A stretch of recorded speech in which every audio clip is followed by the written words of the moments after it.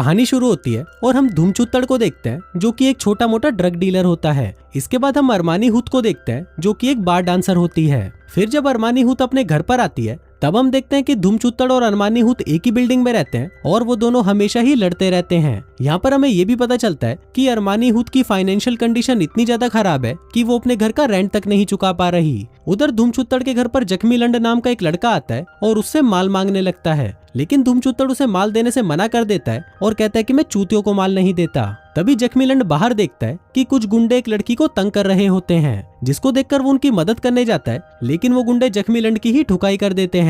तभी जख्मी लंड को देखकर धूमचुत्तड़ वहां पर आ जाता है और जैसे तैसे करके मामले को संभाल लेता है। लेकिन तभी अचानक जख्मी लंड की गांड में चुलसी मचती है और वो सभी को बता देता है कि धूमचुत्तड़ एक ड्रग डीलर है। अब ये सुनते ही वो गुंडे धूमचुत्तड़ के पीछे पड़ जाते हैं और उसका सारा माल और पैसे लेकर वहां से भाग जाते हैं। अब इस इंसिडेंट से धूमचुत्तड़ की बुरी तरह फटी पड़ी थी, क्योंकि उसने वो माल जिस डीलर से खरीदा था उसके पैसे उसने अभी तक नहीं दिए थे। अब धूमचुत्तड़ भी जानता था कि वो डीलर उसकी गांड फाड़ देगा, इसलिए वो उस डीलर की कॉल्स को इग्नोर करने लगता है। लेकिन अगले ही दिन डीलर के लोग धूमचुत्तड़ को किडनैप करके डीलर के पास ले जाते हैं, जिसका नाम नुन्नीलाल होता है। नुन्नीलाल धूमचुत्तड़ के सामने दो ऑप्शन रखता है कि या तो वो उसके पैसे दे दे या उसकी एक फैक्ट्री जो मैक्सिको में है वहां से माल स्मगल करके यहाँ पर ले आए, जिसके बदले वो उसे खूब सारे पैसे भी दे देगा। अब धूमचुत्तड़ के पास दूसरा कोई ऑप्शन नहीं होता, इसलिए वो उस काम को करने के लिए राजी हो जाता है। फिर घर आकर वो सोचने लगता है कि कैसे वो इतने सारे माल को बॉर्डर के इस पार लेकर आएगा, क्योंकि बॉर्डर पर पुलिस के कुत्ते तो माल को सूंघ लेंगे, जिससे वो पक्का पकड़ा जाएगा। लेकिन तभी उसकी नजर एक फैमिली पर पड़ती है जो कि छुट्टियां मनाने बाहर जा रहे होते हैं। उन्होंने रास्ते में ट्रैफिक सिग्नल भी तोड़ा था, लेकिन पुलिस वाला भी उन्हें कुछ नहीं बोलता। अब ये देखकर धूमचुत्तड़ को एक आइडिया आता है कि वो भी फैमिली वेकेशन के बहाने उन ड्रग्स को यहाँ पर ला सकता है, जिससे पुलिस भी उस पर शक नहीं करेगी। लेकिन इस काम को करने के लिए उसे एक फैमिली की जरूरत थी, तो वो अपनी एक नकली फैमिली बनाने के काम में लग जाता है। फिर सबसे पहले वो अरमानी हुत के पास जाकर उसे अपनी नकली पत्नी बनने को कहता है, जिस पर अरमानी हुत पहले तो उसे मना कर देती है, लेकिन जब धूमचुत्तड़ उसे पैसे ऑफर करता है तो वो उस काम को करने के लिए मान जाती है। इसके बाद वो जख्मी लंड और जहरीली झांट के पास जाता है और उन्हें उनके नकली बच्चे बनने के लिए कहता है। दोस्तों, ये जहरीली झांट वही लड़की है जिसे उस रात इन दोनों ने गुंडों से बचाया था। इसके बाद वो सभी लोग प्लेन में बैठकर मैक्सिको पहुंच जाते हैं और वहां से एक वैन में बैठकर फैक्ट्री की लोकेशन की तरफ निकल जाते हैं। लेकिन वहां पर पहुंचकर उन्हें पता चलता है कि नुन्नीलाल ने उनको धोखा दिया है। दरअसल उसने इनको कुछ किलो ही माल लाने के लिए बोला था, लेकिन यहाँ पर तो इतना माल था कि उनकी पूरी वैन ही भर जाती है। लेकिन अब धूमचुत्तड़ के पास कोई ऑप्शन नहीं था, इसलिए वो सारा माल अपनी वैन में भरकर वहां से निकल जाता है। लेकिन फैक्ट्री से निकलते ही रास्ते में उन्हें एक पुलिस वाला रोक लेता है, जिसको देखकर वो सभी लोग घबरा जाते हैं और उन्हें लगने लगता है कि अब वो पकड़े जाएंगे। लेकिन वो पुलिस वाला रिश्वतखोर था और वो उनसे कुछ पैसे लेकर उन्हें चेक किए बिना ही वहां से जाने देता है। फिर कुछ देर तक ड्राइव करने के बाद वो लोग बॉर्डर पर पहुंच जाते हैं, जहां पर उनकी मुलाकात एक और फैमिली से होती है। यहाँ पनौती और कंगाली नाम का एक कपल अपनी बेटी ढोलकी के साथ कहीं जा रहे थे। वहीं जब जख्मी लंड की नजर ढोलकी पर पड़ती है तो उसका छोटा पप्पू खड़ा होकर सलामी देने लगता है। वहीं बॉर्डर पर चेकिंग के दौरान कुछ पुलिस वाले इनको वैन से नीचे उतार देते हैं। फिर एक पुलिस वाला इनकी वैन के अंदर चेक करने जा ही रहा होता है, तभी पीछे से कुछ लोग वहां से भागने लगते हैं, क्योंकि वो लोग गैर कानूनी तरीके से बॉर्डर को पार कर रहे थे। अब उन लोगों को देखकर पुलिस वाला धूमचुत्तड़ को आगे जाने देता है और कहता है कि हम लोग इन्हें ही ढूंढ रहे थे।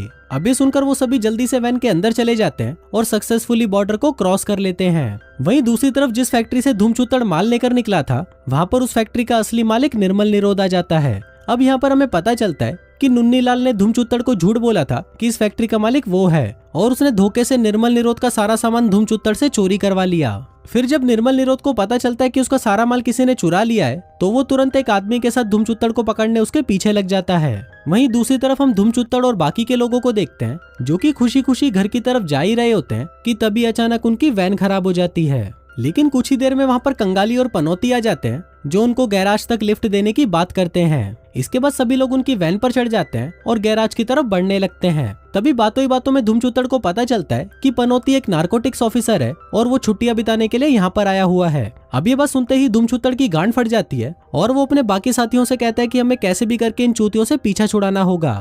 लेकिन यहाँ पर भी उनकी किस्मत के लोड़े लगे हुए थे, क्योंकि जिस गैराज में वो अपनी वैन ठीक कराने जाते हैं वो गैराज बंद होता है। इसलिए पनौती उन लोगों को आज रात उनके साथ ही जंगल में कैंप लगाने के लिए कहता है, जिस पर ना चाहते हुए भी धूमचुत्तड़ और बाकी लोगों को उनकी बात माननी पड़ती है। फिर रात को कैंप के दौरान जब पनौती और कंगाली सभी को सलमान भाई के गाने सुना रहे थे, तभी धूमचुत्तड़ और अरमानी हुत प्लान बनाते हैं कि आधी रात को जब ये दोनों चूतिए सो जाएंगे तो ये लोग उनकी वैन चुराकर यहाँ से भाग जाएंगे। वहीं हम जख्मी लंड को देखते हैं जो कि ढोलकी को सेट करने में लगा हुआ था ताकि वो पूरी रात उसे बजा सके, लेकिन उसे पता नहीं था कि गचागच कैसे करना है, इसलिए वो ढोलकी को बजा नहीं पाता। अभी देखकर धूमचूतड़ को उस पर तरस आने लगता है और फिर वो उसे गचागच करने की टिप्स देता है। फिर आधी रात को जब सभी सो जाते हैं तो धूमचूतड़ और अरमानी हुत पनौती और कंगाली के टेंट में वैन की चाबी चुराने के लिए घुस जाते हैं, लेकिन तभी पनौती धूमचूतड़ का हाथ पकड़ लेता है जिससे उसको लगता है कि अब वो पकड़े गए। लेकिन तभी उनको यहाँ पर एक बात और पता चलती है कि पनौती और कंगाली की मैरिड लाइफ कुछ खास अच्छी नहीं चल रही, इसलिए वो लोग कुछ एक्साइटिंग करना चाहते हैं।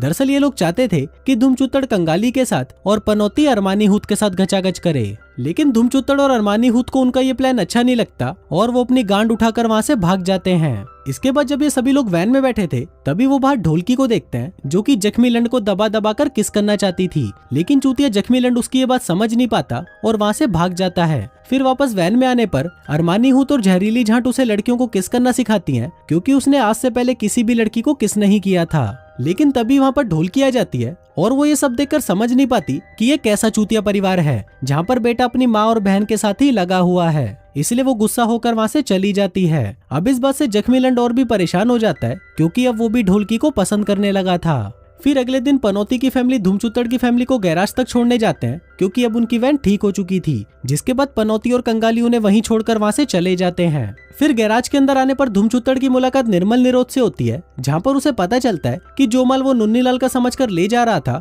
वो तो निर्मल निरोध का है। अब निर्मल निरोध उसके इस अपराध के लिए उन सभी को जान से मारने की धमकी देता है, जिस पर धूमचूतड़ उससे माफी मांगते हुए कहता है कि उन्होंने ये सब जानबूझ के नहीं किया। इसी दौरान निर्मल निरोध को यह भी पता चल जाता है कि अरमानी हुत एक बार डांसर है, तो वो अरमानी हुत को डांस करने के लिए बोलता है। फिर जब अरमानी हुत अपना अश्लील डांस दिखाकर सभी गुंडों के घोड़े खड़े कर रही होती है तभी मौके का फायदा उठाकर धूमचूतड़ अपनी वैन निकालता है और सभी को उसमें बिठाकर वहां से निकल जाता है। इस दौरान जख्मी लंड ड्राइव कर रहा था जबकि उसे ड्राइव करना नहीं आता। तभी एक मकड़ी जख्मी लंड के कच्छे में घुस जाती है और उसके लंड पर काट लेती है। अब इससे जख्मी लंड को बहुत दर्द होता है और दर्द के मारे वो वैन को कंट्रोल नहीं कर पाता और उनका एक्सीडेंट हो जाता है। अब मकड़ी के काटने से जख्मी लंड के दिमाग का भांग बोसड़ा हो जाता है, इसलिए सभी लोग उसे हॉस्पिटल ले जाते हैं। वहां पहुंचकर धूमचूतड़ नुन्नीलाल को बहुत ज्यादा गालियां देने लगता है क्योंकि आज उस चूतिए की वजह से इन लोगों की जान जाने वाली थी।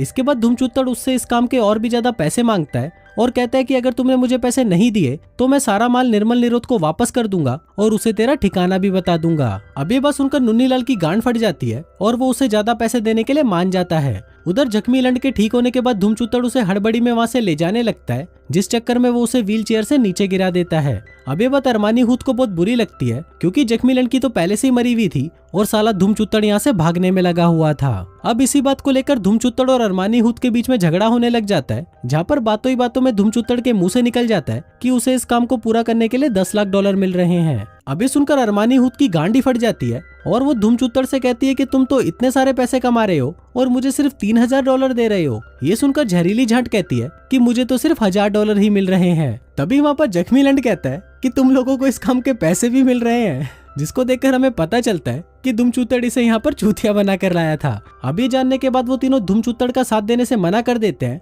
जिसके बाद धूमचूतड़ उन तीनों को वहीं छोड़कर अकेला ही माल की डिलीवरी करने के लिए निकल जाता है। इसके बाद जब जहरीली झांट अपने एक दोस्त से बात कर रही होती है तभी हमें पता चलता है कि वो उन लोगों को सच में अपनी फैमिली मानने लगी थी और कुछ देर बाद वहाँ पर अरमानी हुत और जख्मी लंड भी आ जाते हैं। दूसरी तरफ हम धूमचूतड़ को देखते हैं जिसे अपने बाकी साथियों के बिना अच्छा नहीं लग रहा था, इसलिए वो उन लोगों को लेने के लिए वापस आ जाता है। फिर वो उन सभी को कहता है कि इस काम को करने के बाद उसे जितने भी पैसे मिलेंगे उसको वो सभी बराबर में बांट लेंगे। अब उसकी ये बात बाकियों को भी अच्छी लगती है, जिस वजह से वो धूमचूतड़ को माफ कर देते हैं। इसके बाद जब वो लोग अपनी वैन की तरफ जा रहे थे तभी उन्हें रास्ते में कंगाली और ढोलकी दिखाई देते हैं। फिर ढोलकी जख्मी लंड को देखकर अपनी मॉम को उस रात के बारे में बताने लगती है कि मैंने जख्मी लंड को उसकी माँ और बहन को किस करते हुए देखा था। अब ये सुनकर जख्मी लंड घबरा जाता है और वो उसे सब कुछ सच बता देता है कि हम लोग असली फैमिली नहीं है और हम तो सिर्फ ड्रग्स लाने के लिए फैमिली बने थे।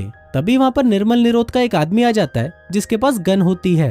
अभी देखकर सभी लोग डर जाते हैं, लेकिन तभी सही टाइम पर पनौती वहाँ पर आकर उस आदमी को मारकर बेहोश कर देता है। लेकिन कुछ ही देर में वहाँ पर निर्मल निरोध भी आ जाता है और ढोलकी को पकड़ लेता है। अब वो उन सभी चूतियों को एक साथ टपकाने ही वाला था कि तभी आतिशबाजी के कारण उसका ध्यान भटक जाता है और धूमचूतड़ इस बात का फायदा उठाकर निर्मल निरोध के हाथ से गन छीन लेता है। तभी जख्मी लंड के पिछवाड़े में फिर से चुल मचती है और वो निर्मल निरोध को मुक्का मारकर वहीं पर ढेर कर देता है, जिसके बाद वो ढोलकी के पास आता है और उसे दबा दबा कर किस करने लगता है। अब सारी बातें पता चलने के बाद भी पनौती उन सभी को वहाँ से जाने देता है, क्योंकि उसे पता चल गया था कि ये सभी अच्छे लोग हैं और ये काम वो मजबूरी में कर रहे हैं। इसके बाद धूमचूतड़ सारा माल लेकर नुन्नीलाल को दे देता है, लेकिन तभी नुन्नीलाल उसे धोखा दे देता है और कहता है कि मैं तुम्हें इस काम का 1 रुपया भी नहीं देने वाला। अब धूमचूतड़ को इस बात का पहले ही पता था कि ये भड़वा नुन्नीलाल उसे धोखा देगा, इसलिए उसने पनौती को यहाँ का एड्रेस पहले ही दे दिया था। फिर कुछ ही देर बाद पनौती भी अपने साथी पुलिस वालों के साथ वहाँ पर आ जाता है और नुन्नीलाल को रंगे हाथों पकड़ लेता है। अब इतना सारा माल पकड़वाने के बदले सरकार धूमचूतड़ को एक बड़ा सा घर देती है, जिसमें धूमचूतड़ अपना नकली परिवार, जो अब असली परिवार हो चुका था, उनके साथ खुशी खुशी रहने लगता है। और इसी के साथ ही ये कहानी यहीं खत्म हो जाती है।